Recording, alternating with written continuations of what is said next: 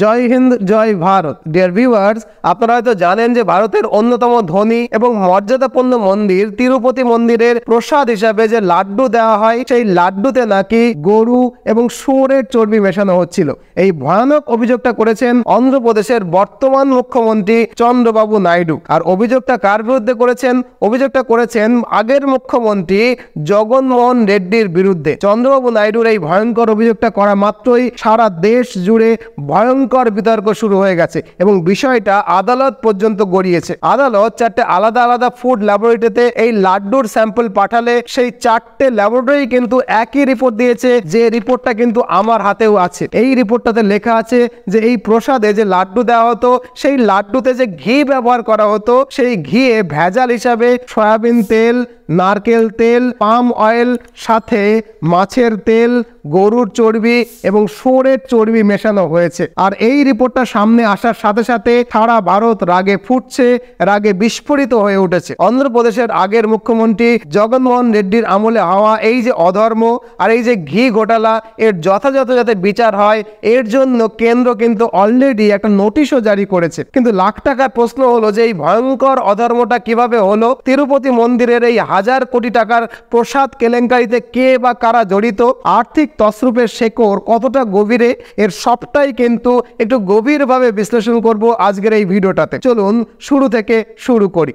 দেখুন, আমরা জানি যে তিরুপতি মন্দির ভারতের সবচেয়ে ধনী মন্দির এবং এই তিরুপতি মন্দিরটাই সারা বিশ্বের কাছে অত্যন্ত মর্যাদাপূর্ণ একটা মন্দির হিসেবেও পরিচিত। তিরুপতি মন্দিরটা দক্ষিণ ভারতের পূর্ব উপকূলের রাজ্য অন্ধ্রপ্রদেশে অবস্থিত, এটাও কিন্তু আমরা অনেকেই জানি। অন্ধ্রপ্রদেশের উপকূলবর্তী জেলাগুলোর মধ্যে একটা গুরুত্বপূর্ণ জেলা হলো এই তিরুপতি জেলা, যেখানে ভগবান ভেঙ্কটেশ্বর স্বামী ভগবান বিষ্ণুর এই প্রাচীন মন্দিরটা অবস্থিত। এই মন্দিরের ব্যবস্থাপনা অন্ধ্রপ্রদেশ সরকার পরিচালিত তিরুমালা তিরুপতি দেবস্থানম ট্রাস্ট TDT এর দ্বারা কিন্তু করা হয় এবং এখানে প্রতিদিন 50,000-এরও বেশি ভক্ত আসেন।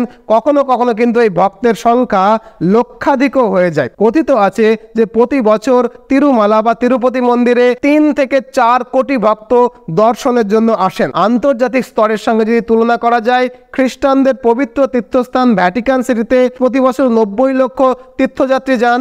আবার সৌদি আরবে অবস্থিত মুসলমানদের পবিত্র তীর্থস্থান মক্কাতে প্রতি বছর 2 কোটি লোক যান। সেখানে তিরুপতিতে কিন্তু 3 থেকে 4 কোটি দর্শনার্থী আসেন প্রতি বছর। আবার তিরুপতি মন্দির পৃথিবীর সবচেয়ে ধনী মন্দিরও বটে। তিরুপতি মন্দিরের অফিসিয়াল তথ্য অনুযায়ী তাদের ব্যাংক অ্যাকাউন্টে 8,000 কোটি টাকার স্থায়ী আমানত রয়েছে এবং এই মন্দিরের বার্ষিক আয় প্রায় 18,000 কোটি টাকা। এটা শুধু টাকার অঙ্ক বললাম, সোনার কথাটা আলাদা করে বলতে হবে। এই মন্দিরে প্রায় 11,332 কোটি টাকার সোনা রয়েছে এবং প্রতি বছর প্রায় 3,000 কোটি টাকার বেশি মূল্যের সোনা এই মন্দিরের দান হিসাবে পড়ে। বর্তমানে মন্দিরের বার্ষিক বাজেটই হলো 5,000 কোটি টাকারও বেশি। মানে এই মন্দির চালাতেই কিন্তু বছরে 5,000 কোটি টাকার বেশি খরচ হয়ে যায়। বুঝতেই পাচ্ছেন যে মন্দিরের সম্পত্তির পরিমাণ এতটাই বেশি যে এই মন্দিরের বার্ষিক টার্নওভার অনেক বড় কোম্পানির চেয়েও বেশি। আয়ের উৎস মূলত ভক্তদের দান, যার মধ্যে প্রচুর পরিমাণে সোনা দান করা হয়, আগেই বলেছি। এছাড়াও মন্দিরের জমি থেকেও যে ভাড়া আসে, সেই ভাড়া থেকেও কিন্তু একটা বিরাট অঙ্কের টাকা আয় করে তিরুপতি মন্দির। তিরুপতি মন্দিরে ভক্তরা যে শুধুমাত্র ক্যাশ টাকা দান করে এমন নয়, হুন্ডিতে দান করার ব্যবস্থাও কিন্তু রয়েছে, যেটাকে আবার হুন্ডি কনুকা নামে পরিচিত। এছাড়াও প্রসাদ বিক্রি থেকেও কিন্তু মন্দিরের যথেষ্ট আয় হয়। জানা যায় যে প্রতি বছর প্রায় 600 কোটি টাকার লাড্ডু তিরুপতি মন্দির থেকে বিক্রি করা হয়। অবশ্য ভক্তদেরকে প্রসাদ হিসাবে প্রথম যে লাড্ডুটা দেওয়া হয় সেটা কিন্তু বিনামূল্যেই দেওয়া হয়, কিন্তু ভক্তরা যখন তাদের পরিবার এবং অন্যান্যদের জন্য অতিরিক্ত লাড্ডু কিনতে চায় তখন কিন্তু একটা নির্দিষ্ট পরিমাণে মূল্য দিতে হয় মন্দিরকে। আর এভাবে লাড্ডু বিক্রি করেও কিন্তু মন্দির প্রচুর পরিমাণে টাকা আয় করে। তিরুপতি মন্দিরের ভক্তদের জন্য যে বিশেষ লাড্ডু প্রসাদ দেওয়া হয় সেটা গরুর ঘি দিয়ে তৈরি এবং এটি একটা বিশেষ ধরনের সুস্বাদু লাড্ডু, যেটাকে ভারত সরকারের জিওগ্রাফিক্যাল ইন্ডিকেশন GI ট্যাগ পর্যন্ত দেওয়া হয়েছে। GI ট্যাগের অর্থ হলো কেবলমাত্র তিরুপতি মন্দির কর্তৃপক্ষই এই লাড্ডুটা বানাতে পারবে, অন্য কেউ কিন্তু এই লাড্ডু বানাতে পারবে না। কারণ এই লাড্ডু তৈরির সাথে প্রায় 300 বছরের পুরনো একটা ঐতিহ্য আছে। 200 জনেরও বেশি ব্রাহ্মণ একসাথে পূজা মন্ত্রোচ্চারণ করে বিশেষ ধার্মিক প্রক্রিয়ায় এই লাড্ডু তৈরি করেন, যা পরে ভক্তদের মধ্যে বিতরণ করা হয়। প্রতিটা লাড্ডুর ওজন হয় প্রায় 175 গ্রাম, মানে বড় সাইজের লাড্ডু আর কি। এবং এটি প্রতিদিন মন্দিরে আসা প্রত্যেক ভক্তকে বিনামূল্যে দেওয়া হয়। আর এছাড়া যারা এটাকে কিনতে চান তাদের জন্য যে আলাদা ব্যাচের ব্যবস্থাও রয়েছে, সেটা কিন্তু একটু আগেই বলেছি। আশা করি এই অবধি বুঝলেন। এবার চলুন এই বিতর্কের বিষয়টা রাজনৈতিক দৃষ্টিকোণ থেকে দেখি। সম্প্রতি যখন লোকসভা নির্বাচন হলো, তখন আমরা জানি যে অন্ধ্রপ্রদেশে বিধানসভা নির্বাচনে কিন্তু লোকসভার সঙ্গেই একই সঙ্গে অনুষ্ঠিত হয়েছিল। তখন চন্দ্রবাবু নাইডুর দল ভোটে জিতে বিধানসভায় ক্ষমতায় এলো এবং চন্দ্রবাবু নাইডু অন্ধ্রপ্রদেশের নতুন মুখ্যমন্ত্রী হলেন। অন্ধ্রপ্রদেশের আগের মুখ্যমন্ত্রী কে ছিলেন জগনমোহন রেড্ডি। অতএব খুব স্বাভাবিকভাবে বুঝতে পাচ্ছেন যে জগনমোহন রেড্ডি এবং চন্দ্রবাবু নাইডু হলেন পরস্পর বিরোধী দুইজন রাজনৈতিক নেতা। যাই হোক, যখন কোনো রাজনৈতিক দল সরকার গঠন করেন আমাদের দেশে, তখন সেই রাজনৈতিক দলের সঙ্গে যুক্ত ব্যক্তিরা গুরুত্বপূর্ণ পদ পায়। এটাই আমাদের দেশে হয়ে থাকে। তাই তিরুমালা ট্রাস্টের ক্ষেত্রেও বিষয়টা একই রকম ছিল। যখন জগনমোহন রেড্ডির সরকার ছিল, তখন জগনমোহন রেড্ডি তার মামা ওয়াইভি সুব্বারাও রেড্ডিকে তিরুপতি ট্রাস্টের কার্যনির্বাহী সভাপতি হিসাবে নিয়োগ করেন। এখন আপনি যদি প্রশ্ন করেন যে এই সভাপতির ক্ষমতা কি বা সভাপতির গুরুত্বটা কি, তাহলে বলতে হবে দেখুন যে এই তিরুপতি মন্দিরের কর্মচারীদের প্রতি বছর 1733 কোটি টাকা মতো বেতন দেওয়া হয়। এর পাশাপাশি মন্দিরের উপকরণ কেনাকাটার জন্য 751 কোটি টাকা খরচ হয় এবং বিদ্যুৎ এবং অন্যান্য কাজের জন্য প্রায় 50 কোটি টাকা ব্যয় হয়। সব মিলিয়ে মন্দিরের বার্ষিক খরচ প্রায় 5000 কোটি টাকারও বেশি। এখন নিশ্চয়ই বুঝতে পাচ্ছেন যে এই খরচটা যখন এতটা বড়, তখন কোন কোম্পানি ঠিকাদারি পাবে, কে এই মন্দিরের কার্যক্রম পরিচালনা করবে,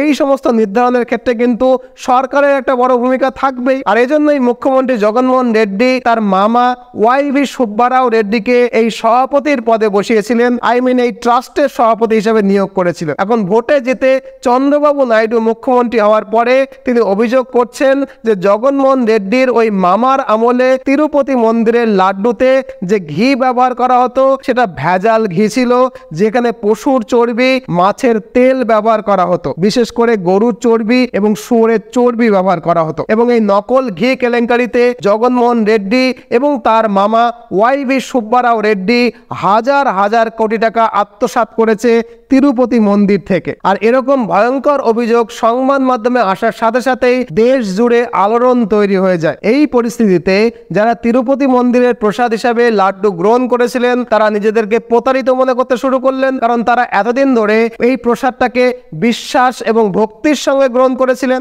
অতএব এই ধরনের ঘটনায় ভক্তদের ধর্মীয় বিশ্বাসে গভীরভাবে আঘাত লেগেছে এবং এটা আইনিভাবে ধর্মীয় স্বাধীনতাকে লঙ্ঘন হিসাবে বিবেচনা করা যেতে পারে। কারণ ভারতের সংবিধানে article 25 guarantees the right to freedom of religion এবং article 26 guarantees the right of religion denominations to the manage their own affairs. আর এই দুটো ধারা মৌলিক অধিকারের পর্যায়ে পড়ে। অর্থাৎ যেহেতু এটি মৌলিক অধিকার লঙ্ঘনের পর্যায়ে পড়ে গেল, আর মৌলিক অধিকার ভঙ্গ হলে সরাসরি সুপ্রিম কোর্টে যাওয়া যায়। অতএব সুপ্রিম কোর্টে কিন্তু একটা মামলা দায়ের হয়ে গেল। এখন সুপ্রিম কোর্টে মামলা দায়ের হলে এই বিষয়ে তদন্তের জন্য নিয়োগ করা হয় যে শ্যামল রাও নামক একজন সিনিয়র আইএএস অফিসারকে। তদন্তের জন্য নিযুক্ত হওয়ার পর এই সিনিয়র আইএএস অফিসার লাড্ডুর গুণগত মান যাচাইয়ের জন্য তদন্তের আদেশ দেন এবং এর জন্য একটা কমিটিও গঠন করা হয়। আর এই কমিটি লাড্ডু এবং লাড্ডু তৈরিতে ব্যবহৃত ঘিয়ের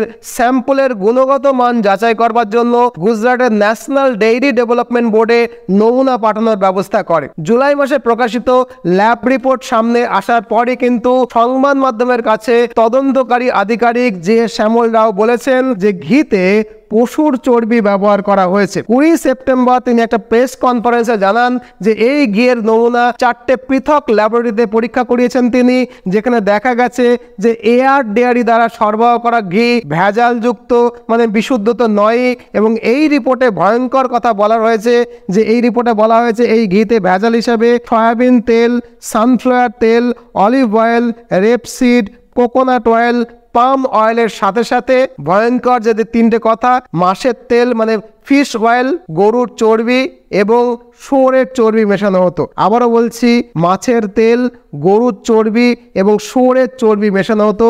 রিপোর্টটা কিন্তু আমার হাতেও আছে। এআর ডেয়ারি দ্বারা সরবরাহ করা এই ঘি তামিলনাড়ুর ডিন্ডিগুল নামক স্থানে অবস্থিত এআর ডেয়ারি ফুডস কারখানা থেকে আসতো। এখানে সবচেয়ে বড় বিষয়টা হলো, যা নিয়ে রাজনৈতিক বিতর্কটা চলছে, সেটা হলো ওই সরবরাহকারী কোম্পানির কাছ থেকে পাওয়া ঘিয়ের দাম ছিল মাত্র 320 টাকা প্রতি কেজি এবং টেন্ডারে ওই কোম্পানি তিরুপতি মন্দিরের কাছ থেকে পেত 720 টাকা। যদিও 720 টাকাতে 1 কেজি ভালো ঘি পাওয়ার কথাও নয়, বর্তমান বাজারে বিশুদ্ধ গরু ঘিয়ের দাম 1000 টাকারও বেশি বলেই কিন্তু আমার মনে হয় আপনারা আর ভালো বলতে পারবেন। আর এখানেই কিন্তু ঘোটালাটা হয়েছে, মানে ওই কাটমানির গল্প আর কি। 720 টাকা করে টেন্ডার পেত, আসলে 320 টাকা করে পেত, 400 টাকা কাটমানি হিসাবে কারোর কাছে যেত। অবশ্য এটা এখনো প্রমাণিত হয়নি, এই বক্তব্যের দায় আমি নিজেও নিচ্ছি না। এটা চন্দ্রবাবু নাইডুর দল, মানে চন্দ্রবাবু নাইডুর অভিযোগ, আমি শুধু কোট করলাম মাত্র।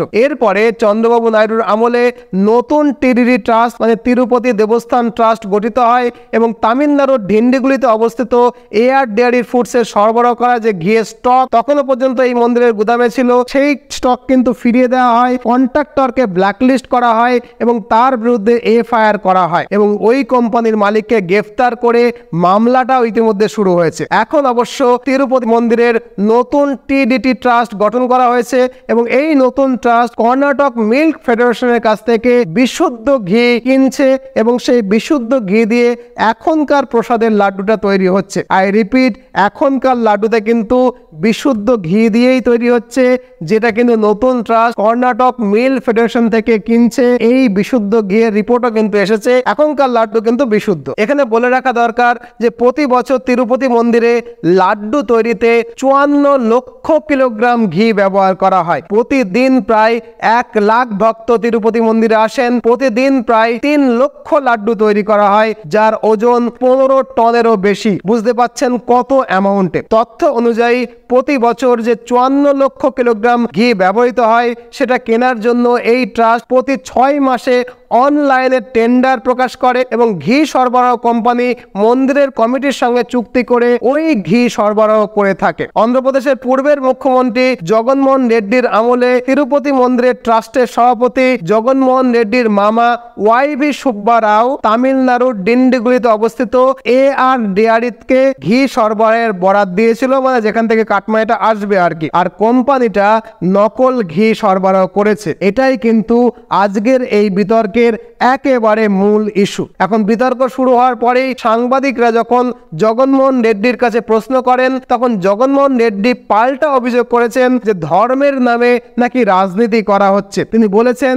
যে জুলাই মাসে যখন স্যাম্পল টেস্ট করা হচ্ছিল, তখন চন্দ্রবাবু নাইডুর সরকার অলরেডি গঠিত হয়ে গেছে, অর্থাৎ তিনি রাজনৈতিক ষড়যন্ত্রের শিকার। তাছাড়াও জগনমোহন রেড্ডি বলেছেন যে কোম্পানি ঘি সরবরাহ করেছে তারা পশুর চর্বি মিশিয়ে ঘি দিয়েছে, এতে তার দোষটা কোথায়? আর কাটমানির যে গল্পটা বলা হচ্ছে তার কিন্তু এখনো পর্যন্ত কোনো প্রমাণ নেই। আবার চন্দ্রবাবু নাইডুর টিডিপি, মানে তেলেগু দেশম পার্টি, যারা বর্তমানে অন্ধ্রপ্রদেশের সরকারে আছে, তারা ল্যাব রিপোর্টটা উদ্ধৃতি দিয়ে বলছে যে স্যাম্পল তারা পাঠিয়েছেন, তার কয়েকশো টন ঘি এখনো মন্দিরের গুদামে মজুদ রয়েছে। তাছাড়া 4টে ল্যাবরেটরিতে স্যাম্পল পাঠানো হয়েছিল আর সেই 4টে ল্যাবরেটরি কিন্তু একই রিপোর্ট দিয়েছে। এর মানে হলো যে পূর্ববর্তী জগনমোহন সরকার যে কোম্পানিগুলোকে অনুমতি দিয়েছিল, তারা এই ধরনের ভেজাল ঘি সরবরাহ করেছিল যেখানে গরু এবং শুয়োরের চর্বি ছিল। আর এখান থেকে তারা বিরাট অঙ্কের কাটমানি পেয়েছে, বিরাট অঙ্কের টাকা, কয়েক হাজার কোটি টাকা আত্মসাৎ করেছে। আবার জুলাই মাসে যে ল্যাব রিপোর্টটা এসেছে,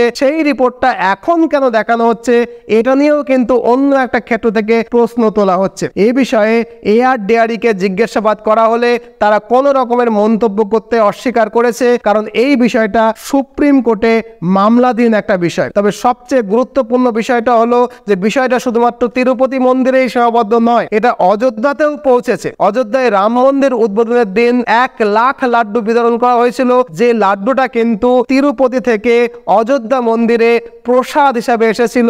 আর এই প্রসাদ কিন্তু ভক্তদের মধ্যে ওই দিন ডিস্ট্রিবিউটও করা হয়েছিল। আমরা জানি যে অযোধ্যার বৈষ্ণব সন্ত এবং ভক্তরা পেঁয়াজ রসুন পর্যন্ত ব্যবহার করে না, সেখানে প্রসাদে চর্বির ব্যবহার কিন্তু অত্যন্ত দুঃখজনক, অত্যন্ত মর্মাহত হওয়া যাওয়ার মতো একটা ঘটনা, এবং এটি হিন্দুদের বিশ্বাসের প্রতিও কিন্তু অত্যন্ত অপমাননাকর। অতএব এই বিষয়ে একটা নিরপেক্ষ সংস্থার মাধ্যমে দ্রুত তদন্ত কিন্তু হওয়া উচিত, এবং যারা দোষী প্রমাণিত হবে তাদের কঠিন থেকে কঠিন শাস্তি দেওয়ার ব্যবস্থা করতে হবে। এটা হলো আমার মতামত। এখন আমার প্রশ্ন হলো, আপনারা এই বিষয়ে কি মতামত পোষণ করছেন কমেন্ট বক্সে নিশ্চয়ই জানাবেন। প্রত্যেকের কমেন্ট পড়ার অপেক্ষায় রইলাম। যদি বিশ্লেষণটা ভালো লাগে তবে ভিডিওটা অবশ্যই লাইক করবেন, আর যদি চ্যানেলে নতুন হয়ে থাকেন তাহলে সাবস্ক্রাইব করতে ভুলবেন না। আপাতত এটুকুই, নতুন ভিডিও নিয়ে আবার দেখা হবে। ততক্ষণ ভালো থাকবেন, সর্বদা ভারতের পক্ষে থাকবেন। জয় হিন্দ, জয় ভারত।